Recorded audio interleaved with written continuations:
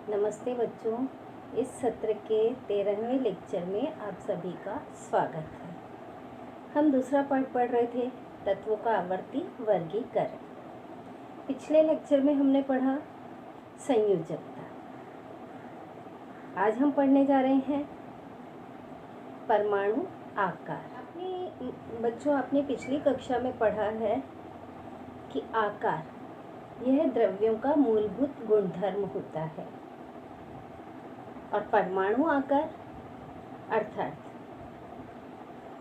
परमाणु की त्रिज्या, परमाणु के केंद्रक से लेकर के उसके बाह्यतम कवच यानी बाह्यतम कक्षा तक की कुल दूरी को हम परमाणु त्रिज्या कहते हैं, या फिर ऐसा भी कह सकते हैं परमाणु के केंद्रक और उसके बाह्यतम कवच के बीच के अंतर को परमाणु त्रिज्या कहते हैं।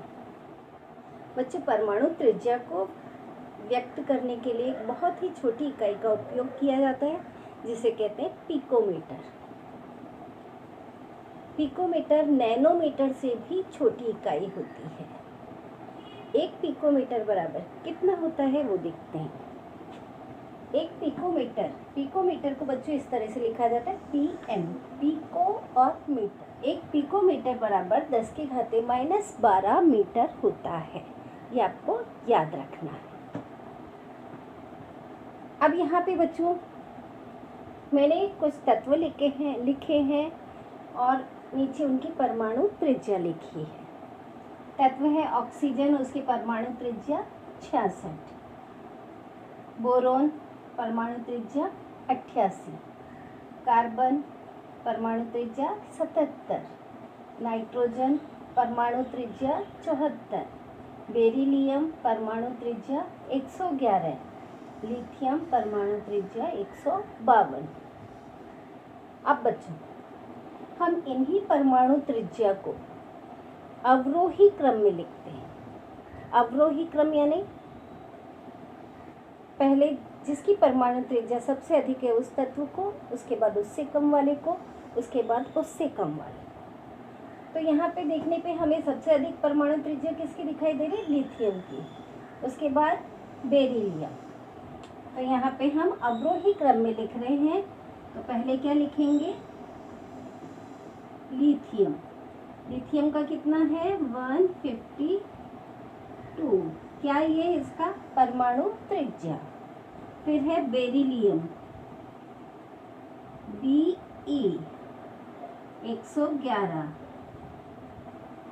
उसके बाद है बोरोन, B कितना है इसका? 88 यानी 88। उसके बाद है कार्बन। कार्बन की परमाणु त्रिज्या कितनी है? 77। फिर है नाइट्रोजन की,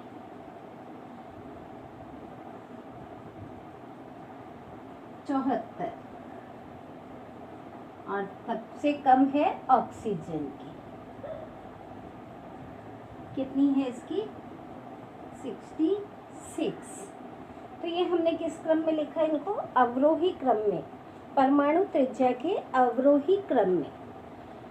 अब अवरोही क्रम में लिखने पर कुछ प्रश्न बनते हैं और ये प्रश्न क्या हैं, इनके उत्तर क्या होंगे वो देखते हैं। अब आधुनिक आवर्त सारणी के आधार पर, आधुनिक आवर्त सारणी को जब हम देखेंगे तो ये तत्व कौन से आवर्त के तत्व हमें दिखाई देते हैं? ये सभी तत्व दूसरे आवर्त के तत्व हैं। उसके बाद अगला प्रश्न है बच्चों,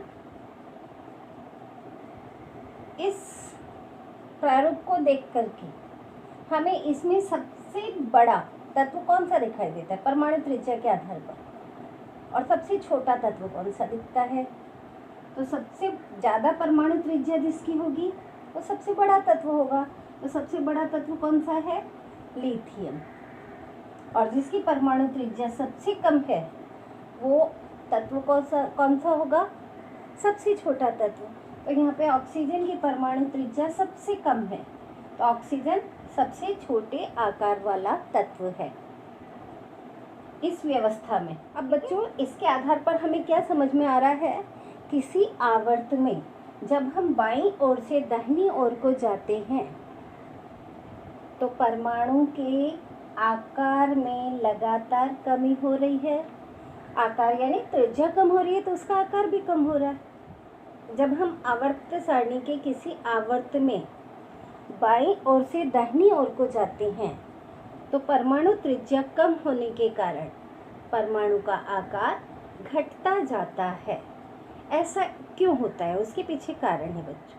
परमाणु के नाभिक में धन आवेशों की संख्या बढ़ती है और साथ ही साथ आपने ये देखा है कि इनका परमाणु क्रमांक भी लगातार बढ़ता जाता है।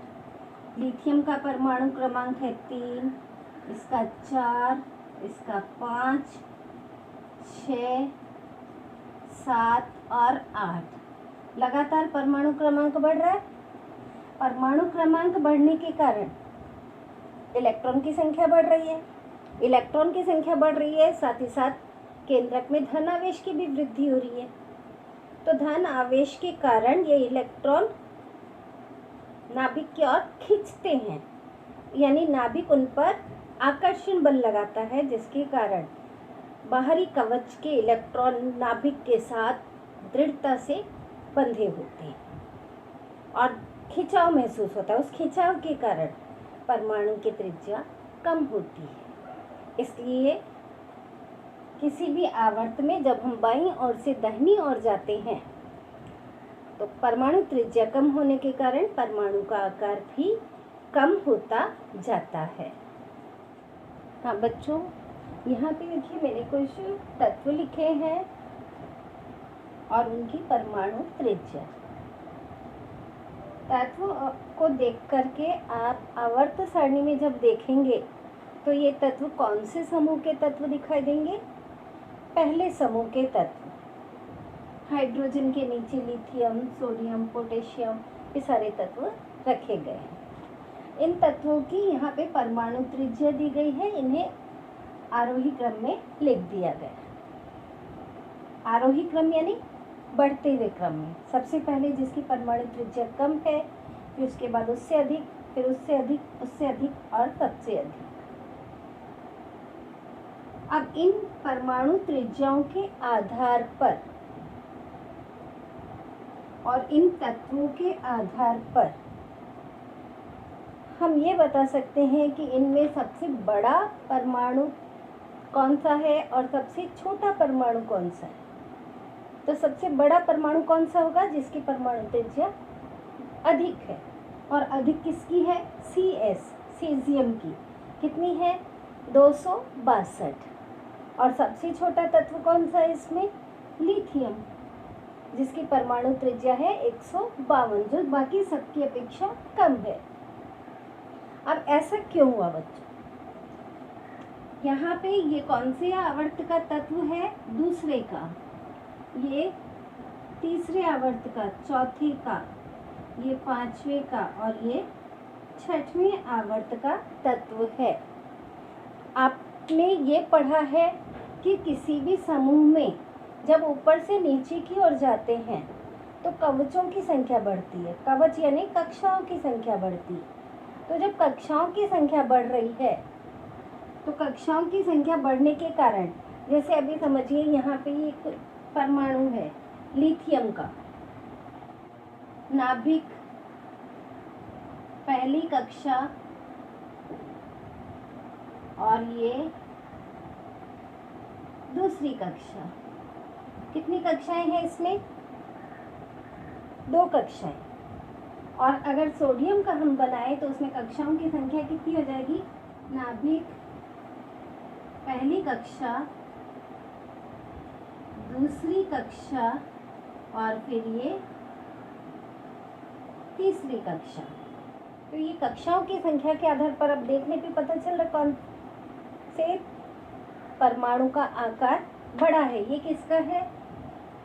लिथियम का। ये किसका है? सोडियम का। अगर हम पोटेशियम का बनाएंगे तो पोटेशियम में कवचों की संख्या कितनी हो जाएगी? 4। तो जितनी अधिक कवच होंगे, बढ़ते जाएंगे, परमाणु की त्रिज्या उतनी ही अधिक होगी, इसलिए उस परमाणु का आकार भी उतना ही बड़ा होता जाएगा।